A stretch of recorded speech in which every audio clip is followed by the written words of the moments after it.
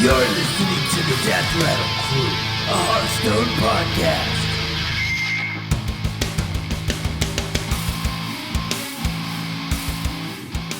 DRC, ladies and gentlemen, welcome to the Death Rattle Crew, a Hearthstone podcast. You're listening to episode 31. I am one of your hosts, Mike Cack-Duhern, joined by Matt Mushu Hill. Good evening. And Avery Yu. Hello. So, it's been a busy week, I think, for everyone involved. What's everyone been up to? Matt, I think you should go first. I think Avery went first last week, so you go first. I don't even know what I've been up to. I don't know. For anyone who's like finished university and then gone on to not straight into a full-time job, it's sort of like you have all the free time in the world, but no time to do anything. Yeah. That's a really good way to put it. Like I don't even know what I've done this week. It was Sunday. It was like Wednesday night that I was raiding. It was Thursday night that I was raiding again, and then I don't even know.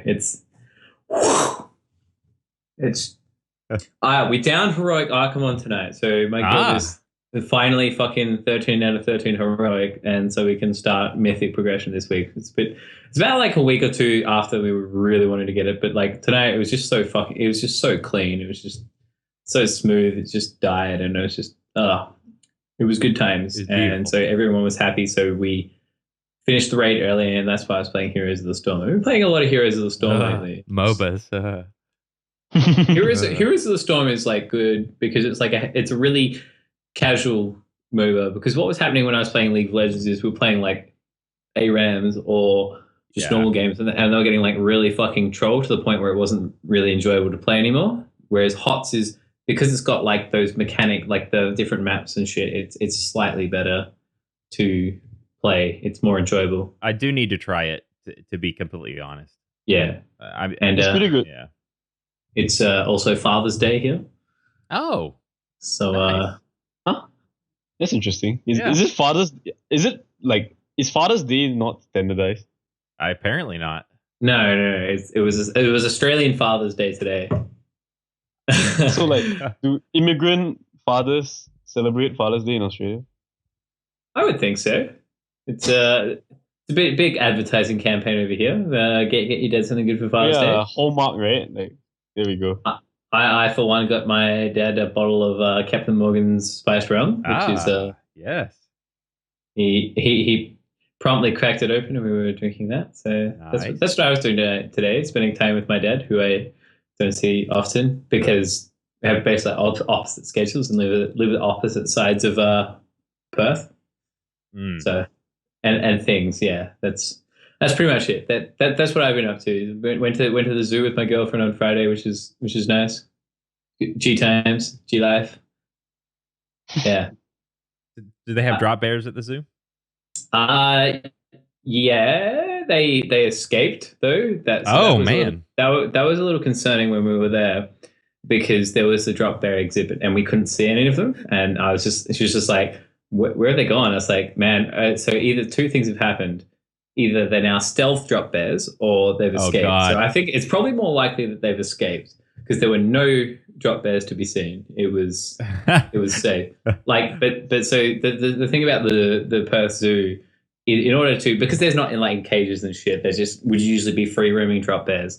So it's kind of like we're in The Walking Dead with Michonne, who has two zombies right and left to her who don't have any teeth, like they had their teeth taken out. The koalas at the zoo, or the drop bears at the zoo rather, have mouth guards in their mouth so they can't bite you, and then they've got oven mitts on their hands so they can't drop down and just crush your jugular. But other than that, this story's getting out of hand. I believe every word of it. Every word is true. It's kind of like when they put the rubber bands on lobster claws. It's yeah, exactly. It's a public safety thing. But yeah, they weren't there, so there could be a team of drop bears loose in Perth. But other than that, that's all I've done this week. So it's a team. Is it a flock or a team? Okay, all right. It's a team of drop bears. A team of drop bears. You heard? That's the scientific term for a group of top bears. DRC confirmed. A team. A pride of lions, a pack of wolves, a team of drop Team of drop bears. They're just so fucking deadly. So you gotta watch out. Avery, what have you been up to? Oh, but just a funny side note. Like, my girlfriend was bored studying, so she went to look up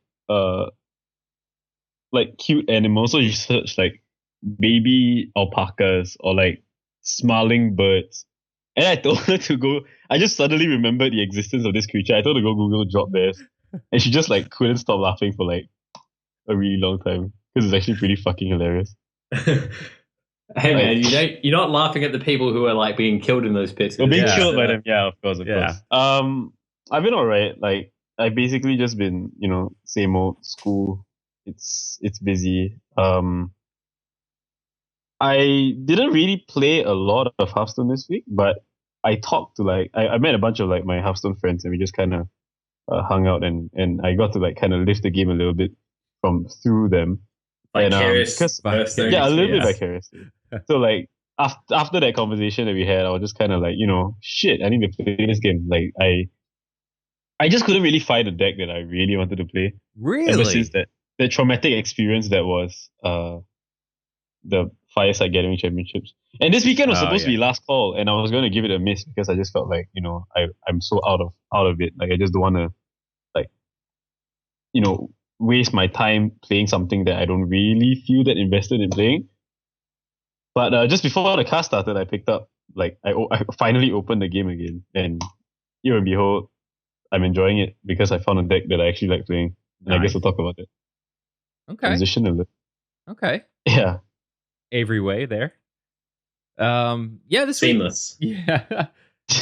This week, I'm really enjoying the meta, and I'm excited to talk about it. I think there's some decks that are on top that I like where the game is at right now, but maybe that's just because I'm not a super. Well, everyone who listens to the show know that I'm not a big aggro deck player. I was gonna say that. I was like, I think the reason why you like it was because Face Hunter doesn't exist. Yeah. There's really not a lot of aggro, and that. Well, I'll let me back off a little bit. Not as much as there used to be, but I think I finally found a deck that I just melds and does really well against like a greedy aggro deck. I think mid-range hunter and those kind of decks can still hold it pretty well because they have some late game. But so I've been enjoying the meta, and maybe this is the every way I've been looking for. Let's just go ahead and get into meta anatomy. Just force it. Just do it. Meta anatomy. DRC would like to thank Brainiacs for their support of this podcast. If you have a tech idea for improving your business's workflow, Brainiacs can provide a turnkey solution to specifically fit your needs. You can contact them at www.brainiux.com.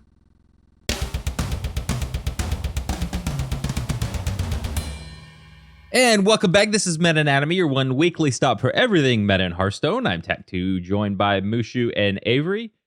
The meta this week, the last 2 weeks, is kind of we talked about. I've enjoyed it. I'll just go ahead and get into it. So everyone's like, God, Tech2, we get it. We've been playing Dragon Priest. I love this deck. Last week I was watching Savitz on stream, and he kind of said it, and I was like, yeah, it's exactly how you feel. He said, Dragon Priest is a different way of playing Hearthstone than what we've had traditionally. That's kind of how he said it.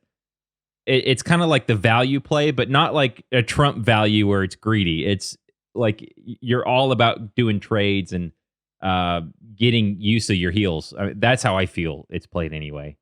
And I'll just go ahead and start with it. The decks that I've been playing, I've seen some changes from some of the streamers and other players where they're kind of playing a little bit of Thief Priest, where they're playing like a Shrinkmeister and a Cabal. And I found that pretty interesting. I guess there's less late game, so this might be a direct, more of a counter to some of the aggro, like the Secret Paladin, which we'll talk about, Aggro Paladin, maybe some Mech Mage.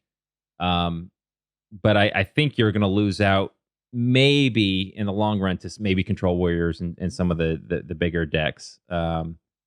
Maybe even Druid. I don't know. I have not tried this deck against either of those decks yet. So, but really, what I've been seeing is they've been taking out some of the bigger threats. Like I'm still playing Red Black Cannon and Ysera. One of the decks I saw and No Vol'jin, where they've got really just Chill Maw as their big decks, or the big cards in the deck. And then they're just throwing in Shrinkmeisters. I have an Ironbeak Owl. I haven't seen one in their decks yet. So really, it's just taking away some of the big end and dropping in a little bit more middle of the game options to steal things. But that's really all that I've seen. Shrinkmeister helps trading as well. It does, really, yeah, that's true. Then. Because a lot of your... Like, one thing like I've realized while playing Dragon Priest is that your minions don't have a lot of damage. Like, your 1, 2, 3, 4, they don't have a lot of damage. So, like, you don't tend to kill things off in one turn. It tends to take, like, 2 turns for something to die. So, that's where the healing comes in and that's where the high health comes in. Yeah. And I forgot what I wanted to say, but yeah. Yeah, as far as... The heal helps a lot because, like, again, you are playing a lot of minions that have very high health. So to compensate for that, they have lower attack. But, that's fine because it takes more turns to trade off minions, which makes your Valence Chosen much better. Yeah. I'm running like in my deck right now, I'm dealing with the bigger threats with Ren Blackhand, Vol'jin, Blackwing Corruptor, surprisingly, depends on what I have on the board the turn before, and then Valence and then 2 Shadow Word Death. So I have plenty of tools in there to deal with them, but if it's a super greedy deck, I get burned. I think the deck doesn't work like without Blackwing Corruptor. That 5 I agree. Yeah, deck is so important against everything. Like you train a Thorson, you can break a Sludge Belcher and not like give it too many hits. You can. I mean, even 2 for 1ing something is not even the priority. It's the fact that it has 5 attack because all your minions are just a little bit too small. Like you don't have a weapon of any sort, and Shadow Word Deathing, you don't have too many of those either.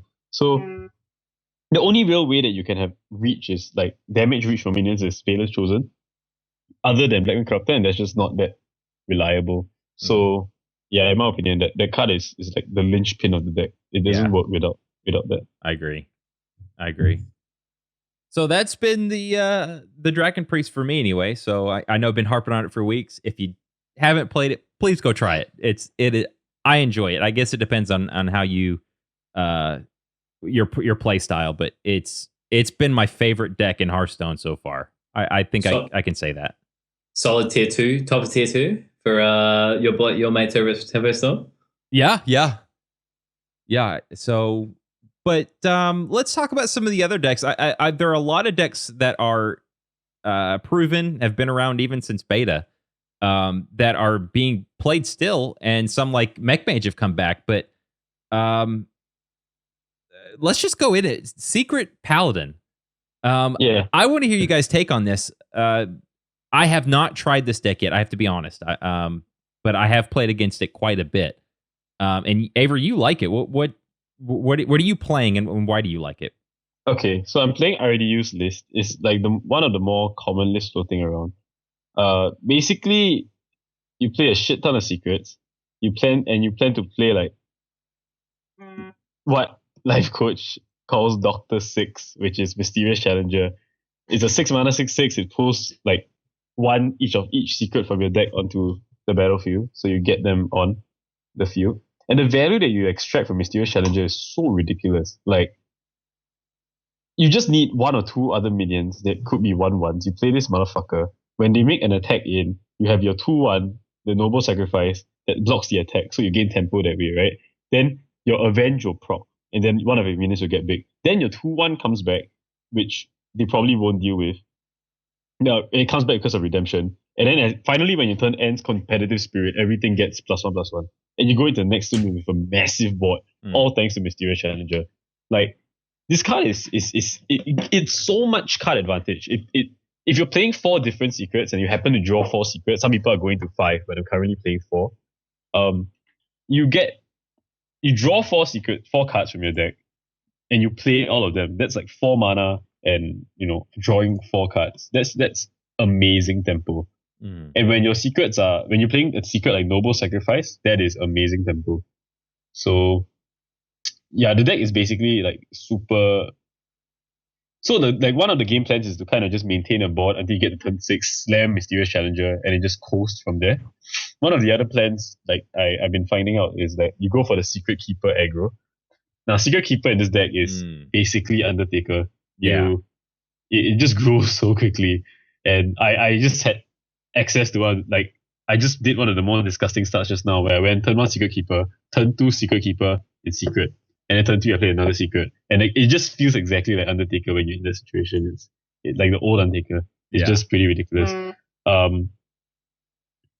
So then you're playing like very aggro-ish minions. It's kind of like an upgraded aggro paladin, because you're playing like Minibot, Juggler, Argon Squire, Abusive Sergeant for the trading, Master for Battle, True Silver. I think the slots that are a bit debatable are like A, how many secrets you should play. B, obviously you play Divine Favor because you tend to guess out pretty often playing such a low curve. And the 4-drop slot, which is currently occupied by Blessing of Kings. So firstly, the secrets. Like, I feel like the 8 are core. 2 Avenge, 2 Competitive Spirit, 2 Noble Sacrifice, 2 Redemption. Those I feel like those are the core secrets of the deck. The question is whether you want to add 2 more Repentance, and I've seen people add at least 1, so you go up to 9, but I haven't really seen a need. Like, the thing about the secrets is that they don't really work if you don't have minions, and sometimes you don't draw Mysterious Challenger, so you want your deck to work even without, Sure, the Doctor 6. So you get quite like, how to say, like you tend to end up at a spot where you end up having to nickel and dime your way through a game because you don't have access to that like disgusting card. And that's where Divine Favor comes in as your other like card advantage engine primarily. What else is there to say? Argon Squire is like the solid 1-drop of the deck. Like, I guess you might want to consider Leper Gnome over Argon Squire. But Squire is better for Competitive Spirit, it's better for Avenge, it's better for Redemption, it's better for your Blessing of Kings. So, okay, I won't say it may not be better for Redemption. Like, maybe if you want to, like, Redemptioning a Leper Gnome is better because you get recurring 2 damage. But, like, Argon Squire just feels a bit more synergistic. So, like, it leads to better trades, and that's why it's in the deck. Haunted Creeper, I think this is the best Haunted Creeper deck other than Zoo. Like, even Hunter doesn't use Haunted Creeper as well as this deck. Because of your Competitive Spirit, that gives everything +1/+1. You have, obviously Juggler. You have Mysterious Challenger that, like, in a sense, like, protects your 1/1s because it gets the sacrifices and everything. And you have Avenge as well, so, like, it leads to sick buffs. So what I tend to do a lot of the time when I'm playing this deck is that I like to protect the Creeper.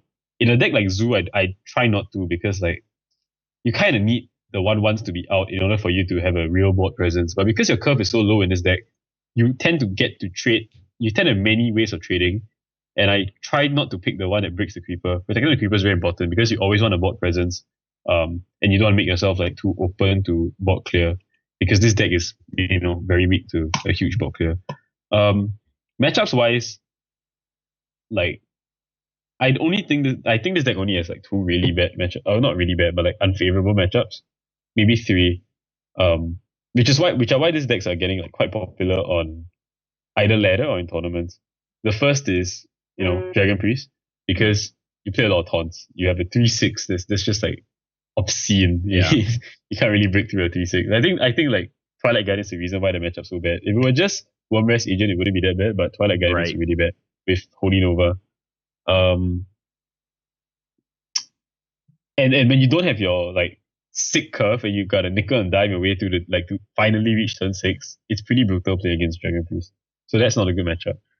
Patron is probably a very bad matchup because they have a lot of whirlwinds. And that's why Patron is getting quite popular in tournaments again. I haven't played against Control Warrior, but I would imagine that it's not a very good matchup. I can't imagine either. Yeah, too many things on the board to try to get rid of, right? No, I mean for you. Because, really? You think so? Yeah, because like with the way the meta is structured, they tend to play double brawl. So eating a brawl is very bad. And I mean, if you land like the sick curve, you're generally quite unbeatable against most decks. But when you don't, it's and you kind of got to play like slightly suboptimal cards compared to your opponents and their weapons and shit. Then yeah, that becomes a problem. And the last deck that I think this deck's not very good against is Freeze Mage, which is the reason why Freeze Mage is so very popular right now, because Freeze Mage beats everything currently. I mean, other than Control Warrior. It beats Patron if played properly. It beats Dragon Priest pretty easily. It beats I feel like it will beat this deck pretty easily. Like the Secrets Paladin. So, and it's generally good against aggressive proactive decks, which are what most people are trying to play right now. So yeah, I think Freeze Mage is a weak matchup. Though honestly the biggest weakness to this deck is the card Flare. If you can play a hunter deck, you can play Flare. Yeah. You yeah. And the thing about I was just thinking the entire time I've been sitting here looking at this list, it's just like, man, does that mean is mid-range hunter coming back? Can I just put Flare in my mid-range hunter and just be like, win the game? Because I think so, actually. Yeah. I think everything, like, you look at this, take a look at the snapshot, and the only decks that don't run secrets where it's going to be like that somewhat less good is aggro paladin and patron warrior. Like Mech Mage, Secret Paladin both run a good amount of secrets they can consistently use. So just Flare was just dumpster them. Like Kazan, isn't enough against Secret Paladin because there's 6 million other ones. So Flare is just like and card. And you're stealing a 1-mana secret, by the way, which is a big reason why it's not good enough. Yeah. What else is there to say? You got to really figure out how to play competitive spirit. Like, wait, weird synergies. So Secret Keeper doesn't proc off Mysterious Challenger. I think that was fairly obvious. Something to keep in mind, it does proc off of your enemy secrets. So yes. So, or if your opponent has one on the board, careful. Yeah, when you play secret, it grows as well. Yeah. When you if you have no minions on the board, competitive spirit doesn't proc, which is something that most players don't realize. In the same way that even though it doesn't say on the text, Avenge doesn't proc if you have no other minion and only 1 minion dies. It used to, but it stopped I think 1 month into Avenge existing. And for competitive spirit, they coded it in a way that if you don't have minions, it won't proc. So if you want to play around a competitive spirit and you have a good way to do it, you try and keep 1 minion alive. Yeah, so it procs and it's gone and he only gets 1 buff, which is not worth the effect. Which I think, listeners, I think sometimes that's a good thing is to leave 1 on the board because chances are, especially late in the game, they could drop depending on what removal you may have burned and what they're thinking, they could drop a muster for battle and a bunch of small stuff and potentially get the value out of it and you don't have an answer. So if you can burn it safely, leave a minion on the board, I guess is the takeaway. Yeah. Oh, I was going to say about a bit backtracking a bit, but about Dragon Priest just now. A very big weakness of the deck is that it doesn't have enough burst. It's a mid-range deck. Yeah. It is a very well-curving mid-range deck, and the exchange for that is that Priest just doesn't have good burst cards. Yeah. We compare it to Druid, but honestly, Druid, having Force of Nature Savage Draw steals a lot of games that Dragon Priest can't. So, yeah, it's the only burst it has is Ysera. And that's RNG. It's not reliable, right? Yeah, exactly. Right. I mean, you either get big minions to throw down on the board, or you get some way of doing some burst damage. I guess you could say that the 5 AoE damage is somewhat burst, but yeah. I don't know. It just I feel like it's a super big weakness. In the same way that Pally used to have this problem that you can't close games. You're ahead. You'll be ahead for at least the next 2 turns, but you don't have enough of a board to kill him, or his life total is just too high. So you gotta keep that in mind. Your game plan has you can't. There's just no way to win the game other than pure board advantage, pure board presence, and that's just weak to like control decks having very big board clears, because after that, you just kind of gassed out, and you don't have an out. When the board's in the opponent's favor, you really don't have an out. You're just gonna lose. So yeah, that's the sucky thing about Dragon Priest. Back to this. I was thinking about building a more mid-rangey version of the deck. It doesn't seem intuitively great because the reason why Mysterious Challenger is a big reason why it's good is because of Noble Sacrifice. Like the tempo you gain from him missing an attack and you getting an Avenge prop off the Noble Sacrifice, that when none of minions had to die for the Avenge to prop. Redemption proccing kind of sucks, but like, you can't get everything. And yeah, so like if you're playing a more like mid-range version, then the tempo from from Noble Sacrifice and Avenge and Competitive Spirit mean less because you're not going for the damage pushing plan, you're going for like a slightly more value-oriented plan. So the tempo matters less because your deck is slower. So like that may not be the greatest idea, but I might experiment and see how it goes. Maybe to get this deck a little bit better against Dragon Priest, because that seems to be a problem matchup. Yeah, you should really try this deck. It's pretty cheap as well. Like it only needs 2 epics. There are no legends. Secret Keeper, you generally have lying in the collection. You just didn't know you had it. Yeah, sure. Like, yeah, you never had to play before. I guess Mysterious Challenger is. I mean, I've seen some where they're running 1 Tyrion just to throw it in, but again, I think you're right. Most of them are the Mysterious Challenger is the biggest thing they have in there. Yeah. I think like it makes sense. Yeah, I think this list has Tyrion and Boom in there. Does it? Okay. I guess it just depends on what you want. What you need. What you need. What you want. What you need. What you want. I mean, that's a bit weird because like your opening hands already tend to get a little shitty sometimes. Yeah. Because of like 85 million secrets you're playing. So like playing more late game, playing more cards that you don't want to draw just doesn't sound like a genius play. But what's your typical mulligan? I think that's something good to talk about, especially since it has all those secrets. I mean, do you want to keep any secrets in your opening hand? I generally don't like going first.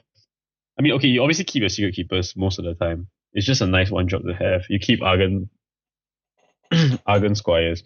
If I'm going first, I'm mulligan for 1 and 2 drops. I don't keep any secrets. If I'm going second, I might keep a redemption I might keep a redemption if I have a mini bot or a Haunted Creeper and try and find my like other Secret Keeper somewhere. Yeah, that's just the basic mulligan plan. Like it's just like you generally don't want to keep your secrets because you don't really want to play them before, like without Mysterious Challenger pulling them out. But Redemption is kind of worth it because Redemption doesn't even work that well with Mysterious Challenger anyway. Or rather, Redemption doesn't work that well with Noble Sacrifice, like together.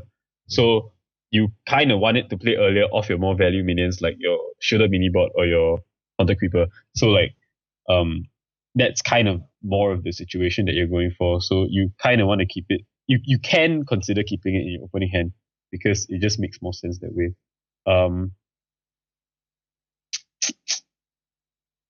Nah, I mean, you don't really need to try and mulligan for your secrets. You're gonna draw them.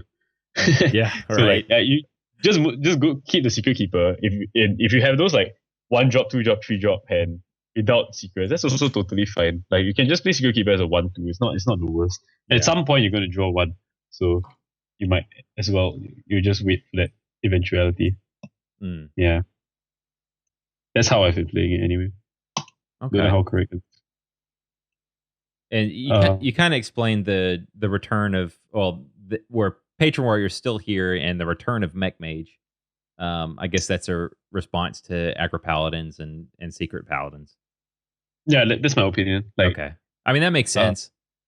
Also, not having Hunter helps. Yeah. For Mech Mage, because to be fair, I mean because let's be honest, like Mech Mage is not the most like consistent of decks. Like sometimes you get like your perfect draw doesn't come very often. like your sick Mech Whopper starts. And when you don't get the sick Mech Whopper start, your deck just feels very anemic. Like you just like a pile of minions and then hope something happens from them. But like having Goblin Blast Mage good against something always makes, the deck very strong. And I think that's kind of the situation at the moment. Not having like a super consistent, solid control deck at the moment also helps. Yeah. Also, I suppose like with Dragon Priest being popular, but though to be fair, like from one of my friends tell me, Dragon Priest isn't actually that popular at the moment.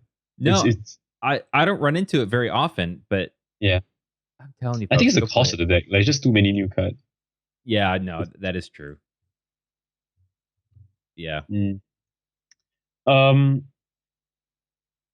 It's not that popular in tournaments because it doesn't have like it doesn't have any great tournament matchups. Yeah, like it's good on ladder because your plan's proactive. You generally know what you're doing. It's straightforward to play most of the time against most opponents. But in like a tournament setting where everyone's trying to meta game, Dragon Priest doesn't have a lot of good matchups that it really wants to get. So, and to me, I don't feel like it's broken enough a deck to play without understanding what the meta is. I agree with that.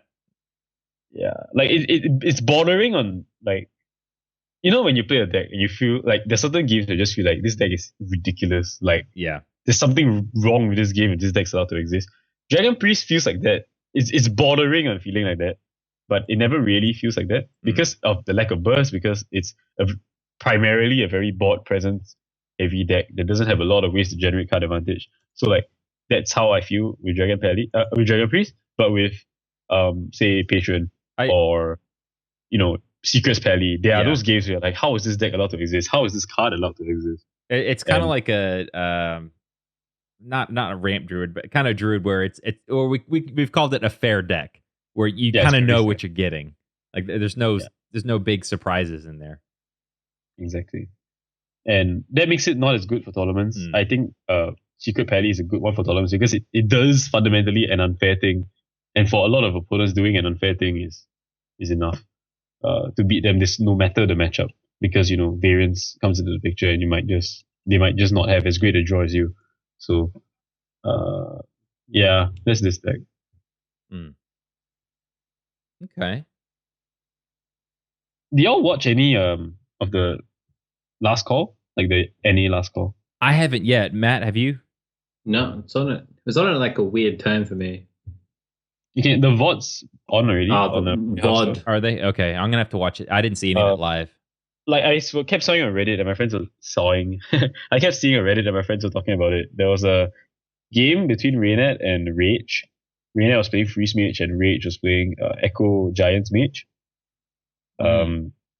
Several things about that. Firstly, Rage's Echo Giants Mage plays Frost Giant as two other giants. And it makes a hell lot of sense because as Echo Giants Mage, you always like go for the giants on one big turn, right? So that's just a very like logical plan. Less susceptible to like. I'm understanding the Frost Giants being less susceptible to the life total rather than as opposed to the hero power. It clicks. Exactly. It clicks in my brain every. and like cannot function. Also like it just having more giants helps. You're not as reliant on getting like the same few fucking cards all the time. Like the same two that you need. Now you have two more options that are available. So that's an interesting deck list to look at if anybody's interested in playing an Echo Giants variant. But the interesting thing about the match is that a lot of people are saying it's one of the best Hearthstone games they've ever seen because the depth of play was just ridiculous. And honestly, it was. The kind of plays that both players were making and considering making were just like from another dimension. I can't really explain it. You just got to go like watch it yourself and see what I mean by that statement. Yeah. I like some of the plays were really like, holy shit, you thought of that? That's disgusting. Right. and they won by like a hair's breadth, honestly. Raynet won the game by just like, if he made one play different earlier, he wouldn't have won that game. But I don't know how far he thought it out. It was just like, luck, but it worked out in his favor and he won, and it was a pretty fantastic end to the game. So yeah, everyone should go check that out. It's really cool. Nice. This week's Tavern Brawl sucked so much more than last week's. Yeah, let's talk about that. I make a point to play the weekly Tavern Brawl with my girlfriend because it's fun.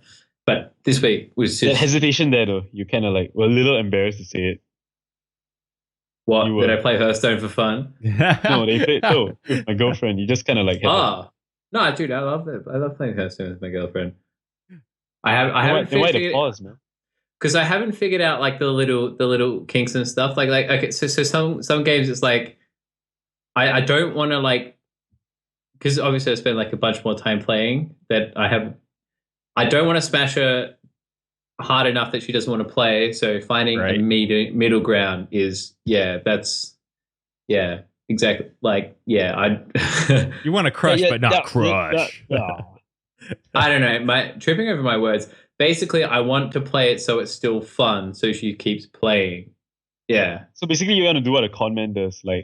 It's enough for you to make a living off of it, kind of having fun from it, but you also want her to keep getting hooked to it and keep coming back. Yeah. I want to try and find a middle ground between fun and keeping her coming back. Which I think last week was that where it was the random. That was the week it was random decks. You picked a class and the deck was random every time, right? That was last week. That was the week before. That was okay. Wait, the TGT one or the? No, the one right after that. I'm pretty sure it was just you pick a class and then the deck is random every time. Oh yeah, no. I think you're right. Yeah, I think that was. I had a lot of fun. I have a lot of fun where I don't have to think about the deck. That's one of the big things that I like to step away from. That's why otherwise if I have to pick my deck, I just play constructed because I get stars. Whereas Tavern Brawl wins aside from the one pack is not my thing. So if I can just queue up a deck and go, I think that's probably what fed into why I didn't like this week's Tavern Brawl. It just seemed so lazy, but I suppose they're eventually running out of ideas. Well, I liked my youngest brother Caleb. He plays. He doesn't have an extensive library though. So something like that. We were hanging out at our place and we just played for a couple hours and it was easy to play each other because it was just completely random. Because even if we go in and do before Tavern Brawl where it's just pick a class, exit it, and where it says you just want to fill it with random. It's still not fair because I can still pull Dr. Booms and stuff like that in where he might not have those cards. So it's not totally random, but... Exactly. No, I 100% agree that it's better for the scope and of what I think the scope of Tavern Brawl is if the decks are random and pre-made, whereas if you get to make it, it's somewhat more open to min-maxing. Whereas... That being said, when there's a random thing and you can try and find the best class to pick from that randomness, it's obviously slightly better in terms of a min-max perspective in that you can find the cookie cutter build and try and win more games with it. Right. But it's less prone than if you get to build your deck because, obviously your library comes into it and then your choices. Well, I remember one, which one? I think it was the one where when you played a card you got a minion on the board for whatever cost in it, and that was at random. When you played a spell, right? Maybe that was it. It was one where I had a lot of fun. That was a lot of fun for me. It wasn't that. I remember it was different than that one. I remember that one because I just played priest and I just played basically nothing but spells. There was I could have swore it was one where you played minions and you got I forget what it was, but anyway, it was one of the ones where I thought I was going to be, all smart and cheeky, and I tried priest and paladin, but I kept running up against constructed decks. I kept seeing handlocks and a couple other different ones where it's there was no difference in it at all, and all it was a strong deck that got buffed because it was already strong. So it's well, screw it, I'm just going to play. And so enough, I played handlock and wrecked my next match. This is premium DRC content. It's not just meta snapshot. It's Tavern Brawl meta snapshot. It's like I don't. It's the big guns.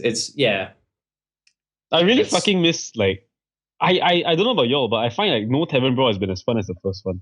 The net. I hated the first one. Not even none of them been anywhere close as the first one. I 100% agree. I'm sorry. I after that, I just thought like each week was just gonna be like match up between two bosses and shit. And I think that would be cool. I think that'll just that'll eventually come to it. Like, I think when they truly run out of ideas, my next set of ideas would just be, all right, Patchwork versus like Nefarian or something, just like different like solo adventures, bosses fighting other solo. Dude, that's like a year's worth of Tavern Brawls in there, where you just have like the decks from those fights fighting one another. Guys, between every like gap of breath that Matt was trying to take, I can just hear Mike going, no.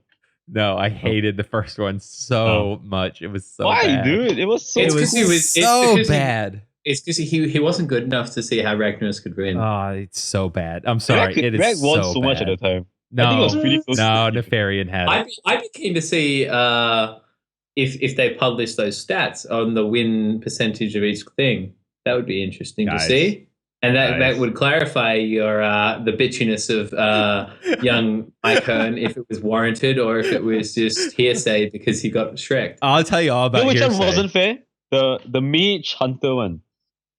Oh yeah, that was most definitely not. And that one pissed me off because I literally played that one. That was the TGT one, wasn't it? Yeah, it was. Yeah, I played out of probably I kid you not, I probably played it 50 times. I played Mage twice. I got Hunter every single freaking time. Like, what's going on, Blizz? Come on. So more bitching. What's going on, Blizz? What's going on? Yeah. I think this sort of aspect of Hearthstone for me has become particularly more important recently because with the obviously the Legend Dream and the World Championship died a horrible death. But similar. There's always next year. It's pretty funny, Mike. Avery's in the same boat as us. Yeah. We're all the same. We're all the same. One of us. Yeah. I think looking to these like more fun things in Hearthstone is going to be important. I guess at least for me. Like I've got a live Hearthstone event coming up soon. Because the weekend I went to Brisbane for laser tag was the same weekend that this tournament was scheduled, but it burned down. The place burnt down. What? Are you serious? Yeah. Or the place, basically where this card shop was or whatever. Somebody said Hunter's not a thing. I'll damn this tournament. I'll show Hunter's them. Banned. I'll explosive trap all over this building. Secret Kelly's flare, bitches. He just throws a few flares. Well, that's the thing. TGT wasn't out when this tournament was scheduled. But the thing was, my mate sent me a message. He's like, dude, it didn't happen. The place next door was like on fire and they had to evacuate. There's no one there. So I was just like, wow, someone torched the building because I had to go to Brisbane and play laser tag. So yeah, I'm keen to see how live Hearthstone can sort of like revitalize me a little bit. The other thing I was thinking about is if and when I get a full-time job / more money coming in, I'm going to get a tablet because I think Hearthstone in a more casual environment, like such as on my iPad or my OnePlus. Oh, Mike, did you get your invite for OnePlus 2? No, I didn't sign up for it. Mine. Did you get one? Oh, really? Oh, fuck. I have to claim that, actually. Because I know I had an invite. It was 24 hours. Priority. I've completely forgot about it. But yeah, until I completely forgot I had to claim it. Where we go? Yesterday, 11:15 p.m. So I have an hour and a bit to claim it. It's all duty. We got plenty of time, boys. I don't even know if I want to claim it because it's sort of like not a huge amount of money at the moment. / my OnePlus is still kind of good. And there's no NFC in the OnePlus 2. NFC. That just conflicts with my religion. I know.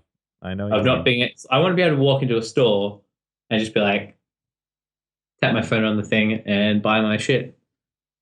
But yeah, back to what I was saying. Hearthstone needs to be fun, so I think by buying a tablet, I can do it in more fun positions. Right. But yeah, I think hopefully next week's Tavern Brawl will be nice. Good times. Yeah.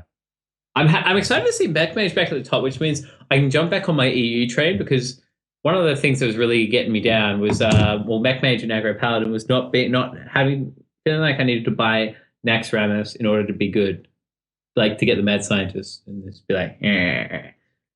But now Aggro Paladin sort of gives me a little bit less. I don't have to do that so much. That's all I wanted in my life. Aggro Paladin? No, a deck I could play that's good on EU for like a low cost deck. Right. I.e. Aggro Paladin. I just wanted Aggro Paladin in my life. We all do. We all secretly want Aggro Paladin. Nope. The decks don't like this. I Nope. can hear how much Mike wants it. Aggro's a dirty word with me, man. One day he will ascend, Avery. One day he will ascend. Now I will forever be a pleb. Oh, Never lucky. Aggro. Forever non-legend. I remember something that I wanted to say, and this is in reference to like our like card reviews for TGT a few weeks back. So my friend was telling me the story about this happening to him, and it reminded me that I guess someone, noticed something that perhaps Matt and I weren't paying attention to. I'm not gonna say who, but so what I'm referring to was basically a situation that he was playing a control warrior type build with variant in it. By the way, no, Silent Knight isn't what I'm referring to. So he's playing a control warrior deck with variant in it against my friend who was playing Freeze Mage. And he played variant. It flopped. Justica, Shoe Maiden. Oh. And he lost the game. Like the control warrior lost the game. Ooh. Because he lost all of his like armor up plan situation. Fucking rip. Yeah. It seems that perhaps what's the chance so variant it has to be the next three. It's the next three cards in your deck. It's the next three cards. Yeah, so that's like bottom of the top of his range. It's like right. Yeah. that is fucked up. That's just like that's like rolling a pilot. That's like rolling a Doomsday out of a shredder. Sometimes you're just gonna get shreked. But it happens though. Like Doomsayers happen, and that's what I mean. It's yeah. But it's like it doesn't stop people playing from piloted shredder. It doesn't stop people playing piloted shredder. I think it's the same effect. It's like it's not going to stop people playing variant. That this guy got unlucky and like got bled to death because I didn't have armor. But that's a good story. I like that. And like Mike was onto something when he realized that battle cries don't trigger. And I recall this conversation because I remember Matt and I were just like, nah, it's fine. Good. No, it'll never happen. Well, it's like I think you have some merit because like, well, I mean, my thought is you don't want to drop those tech cards, but you also don't necessarily want to drop some of your smaller minions. Like Armor Smith, that's not bad to necessarily drop. You can't trigger it that turn, but unless you save coin, I guess. But I just feel like the cons outweighed the pros for a traditional control warrior. Exactly, yes. Yeah, main word, traditional control warrior. If you're playing a normal control warrior and you use this to replace your Sarah, the deck's not going to work out. Right. Yeah. But I think it can morph into something else. That's what I'm excited to see. And that's what people have been doing. Yeah. Dragon Warrior, it's a bit more mid-rangey. It plays like, 4 drops, 5 drops, 6 drops. Like it's a lot more minion-focused game plan, which makes variant a lot better. I'm excited to eventually open variant so that I can try playing I've got 3,200 dust ready to craft 2 legendaries. Oh my goodness! And Variant Rin is like my favorite like warrior character from WoW because he's also known Logash. Yeah. As the story it kind of like the story of Variant is kind of like shit as WoW goes on because it seems less and less tangible. Because Varian wasn't always there was a period of time where he wasn't the king of Stormwind because he was captured and forced to fight in the Gurubashi arena, I think, in Stranglethorn Vale, and he hit his head and had amnesia, so he couldn't remember that he was king of Stormwind.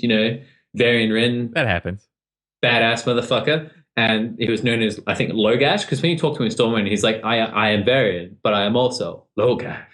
There's all this him being a gladiator and shit. And it takes like a minute and a half or so to fly from Stranglethorn Vale to Stormwind on a mount. And it just seems like, did no one look for him? Did no one find Varian? Where was the search party for the King of Stormwind? It's always sort of like logic be my damned. brain. Yeah, exactly. It's just, but these are the weird little things you think about after playing WoW for 10 years. It's just, and you see it in Hearthstone. It's kind of like, he's right there. He's there. This is the king you are looking for. But yeah, I might cry at Varian. Yeah, that's. I don't think it's back to what you're saying. I don't think it's worth the dust. But it's worth. It's not worth the dust, but it's worth opening the packs until he comes out and it's like, haha. Yeah. I wanted to try like a Taunt Warrior with Bolster. That was kind of like one of the like decks I was looking forward to building. Then I realized I kind of really needed Varian for it to work. So that dream is still not complete yet. But yeah, I actually really like the card Bolster. What do you think about it? Varian? Bolster. Oh, Bolster. Yeah. 2 mana, 2/2. 2 mana spell, warrior spell. Give all your taunt minions +2/+2. I don't know. It's Sai though. I don't know what deck it plays in yet. You know what I mean? He's conflicted. Yeah. Well, yeah. He's conflicted, Avery. What's my confliction? He doesn't. You don't want to be. It's not. Conflict. Yeah. Is it? It's not aggro. Therefore, I can't play it. Yeah. No, I do like the card for real. Like you get 2 procs off, it's already worth it. You get 3 procs off, it's just ridiculous. Like 1 proc off, it's a bit meh, but it's not like it's not undreamable, you know. And Sparring Partner is a card. You give a minion taunt, so that works nicely with Bolster. You can like give a Sylvanas taunt or something. And like the 1/2 from the Sludge Belcher is also a taunt. BTW. So like that's pretty sick. Like you know, you like the say on turn 5 you play Belcher, it dies. Turn 6 you play like Senjin Bolster. You get a 3/4 and a 5/7. Like doesn't that just sound pretty like? And that's just, you know, solid. And Belcher is obviously going to be a linchpin of the deck. Like without Belcher, the deck probably wouldn't work because that 1/2 is just so useful. But I think that's the type of deck that Varian's going to be good in. Exactly, because like the minions come down defensive, right? Like they're taunts, so they do something. They don't use the effect. They have a battle cry in a way, so or you get the full effect from Varian. Exactly. Right. Yeah. So that's a deck that I want Varian to be in, and you can like because Varian the problem is that it costs 10 mana, so a lot of the time, you know, you're losing on board, you're behind, you're going to die next turn. Varian does Jack All in the same way that Boom does Jack All when he has lethal on the board. You're reading my mind, Avery. You're reading my mind. Were you going to say that? The Boom thing, yeah. I was like, oh my God, I'm going to chime in, but then you got it. Anyway, go on. Yeah, so like when you can play a taunt, like when you play Varian and hope that you hit like, you know, 2 or 3 or maybe even just 1 taunt, you know, that's solid. So... Yep, but that's gonna happen maybe next year. I'm gonna build this deck about like, maybe next year because maybe I need to open enough packs to accrue the funds. Yeah, I'm like out of dust, out of everything. I made a craft Justica, so like big mistake. So now I'm like really down on dust and stuff, and I don't feel like I play enough after at the moment to spend like another $80 on the game. I'm hoping I get drunk soon and just think opening like 50 packs is going to be a good idea when Drunk Mushu gets on his computer and plays Hearthstone. But why we'll not just see. make it happen? I'll just like late 5 minutes from now.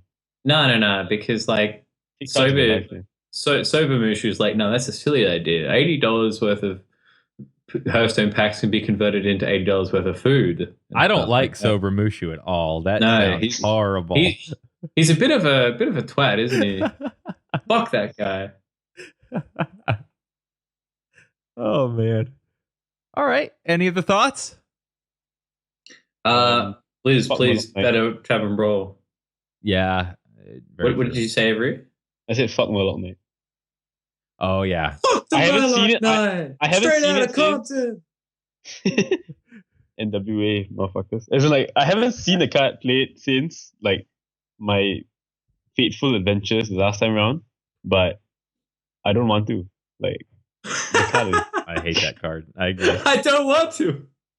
It's a good card. I will play it, but I hate that it exists. I really do. It's just yeah. The same way Mike hates that the Hunter class exists. Yeah. Hey, fun fact, Rexar's the next hero in Heroes of the Storm. It's a perfect time for you to get in and play Rexar. Oh, so they must be ruining this game on purpose then. It's all right. Misha's in the game. I don't know if Huffer's in the game. I haven't actually watched the hero. That's video. fantastic. Now it's like Animal Companion, 100% Huffer. Nuffer huge. Oh man. Yeah, I was gonna say something, but I completely forgot. Avery. Oh, it occurred to me like the other day while walking that Void Collar isn't that good a minion. I was thinking of why Murloc Knight was so Use good. me?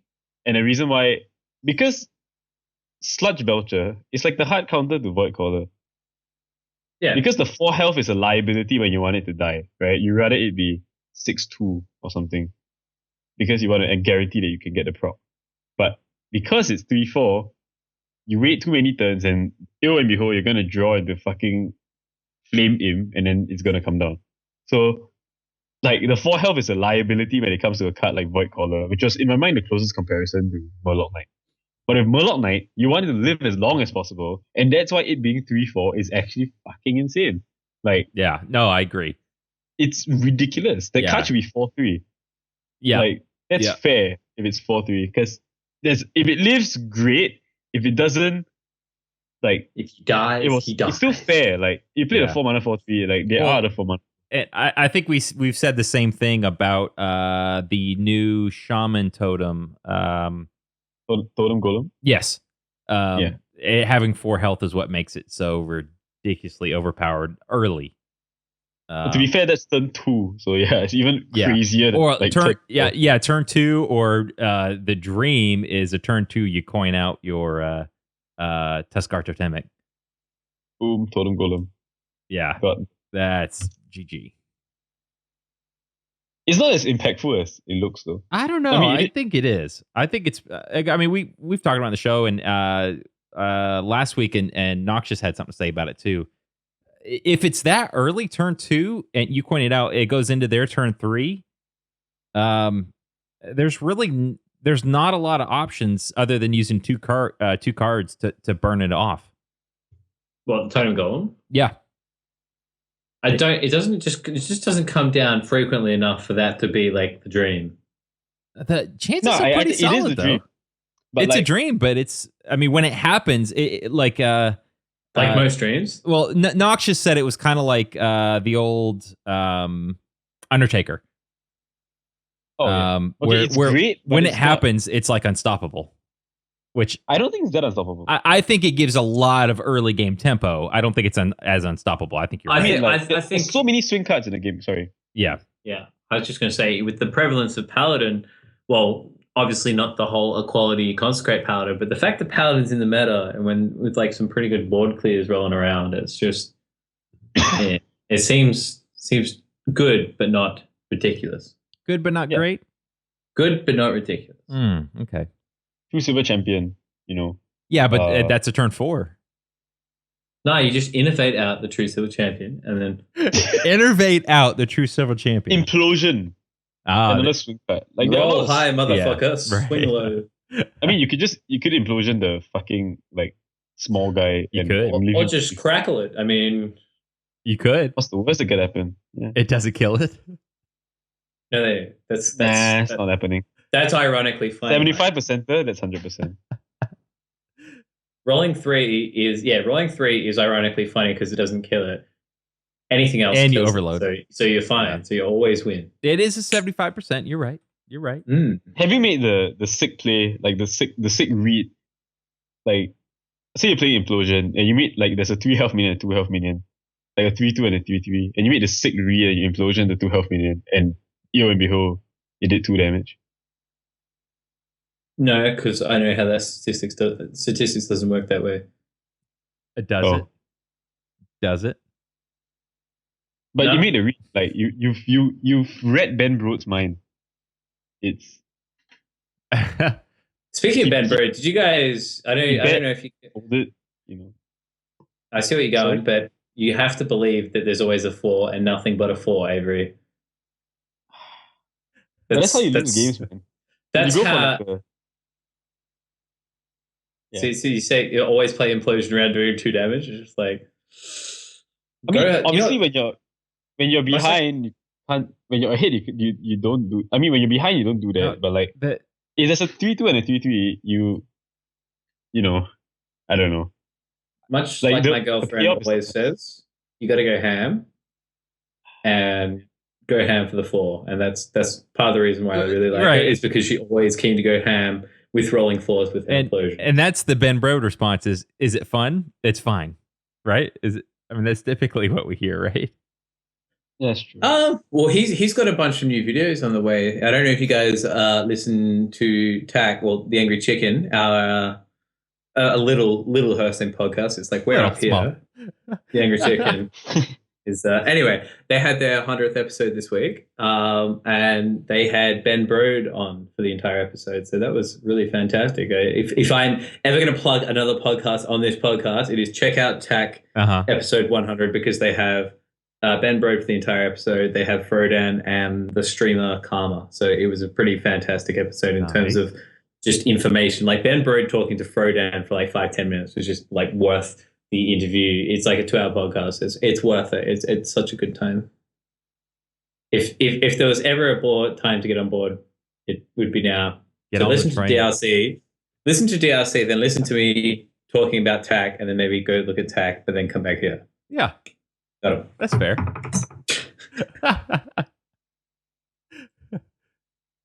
Well, and just a little bit more on that. He was talking about how the Kriparian video he did with Kriparian, about bad cards and all of the topics. They said that was really well received, and he sounded like he was keen to do some more. So actually, I really enjoyed those. Those were good. Yeah, so B Bird will be doing hopefully some more things. Yeah. I'll put a link to that in the show notes. Those are good. Good. Well, any other thoughts on the meta?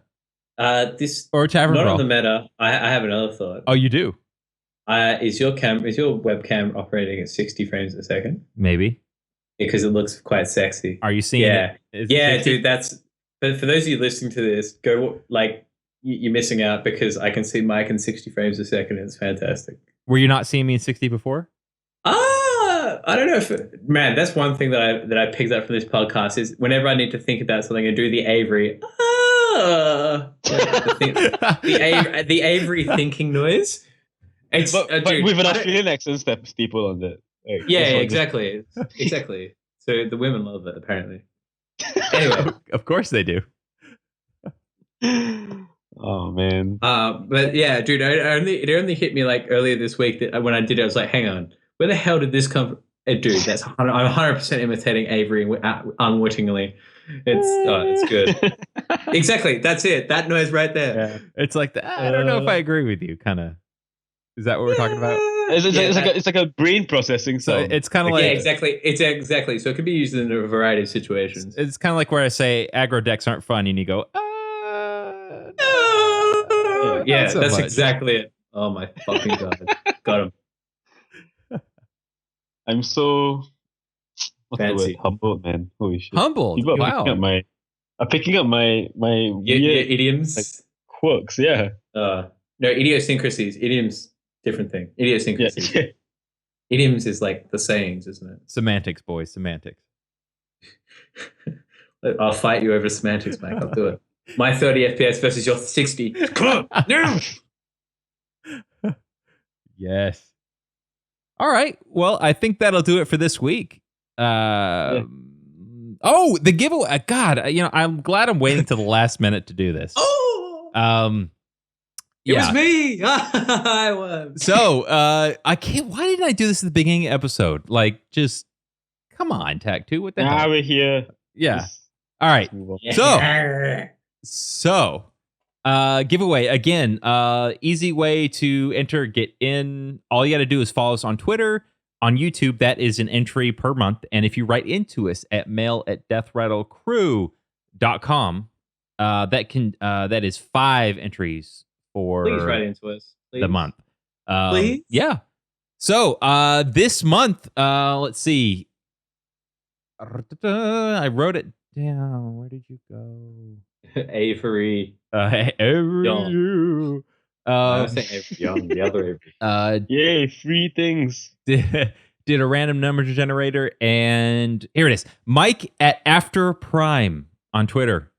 That sounds like you're a pseudonym or something. It is. I'm giving myself. I'm giving me $30 just so Ellen doesn't know that I'm spending more money on her. That's exactly.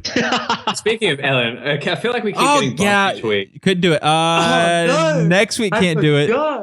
I'm gonna have to come up with that. All right.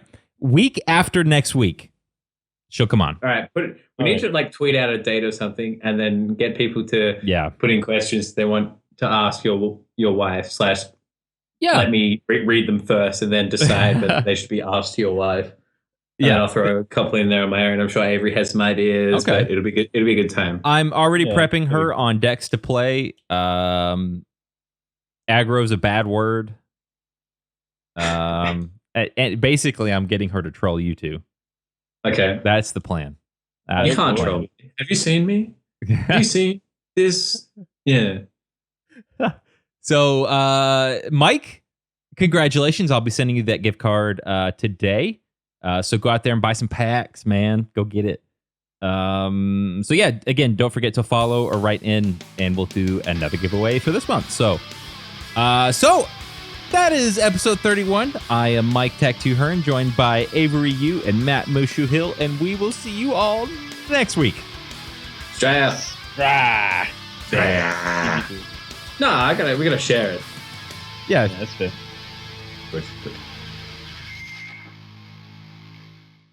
You gotta take one off that total because I'm one of those people. Oh man, me too. I gotta take one for that too.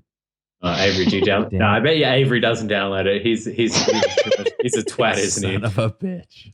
Motherfucker. Fuck. Got caught. Who the Shit. are you? Who the fuck are you?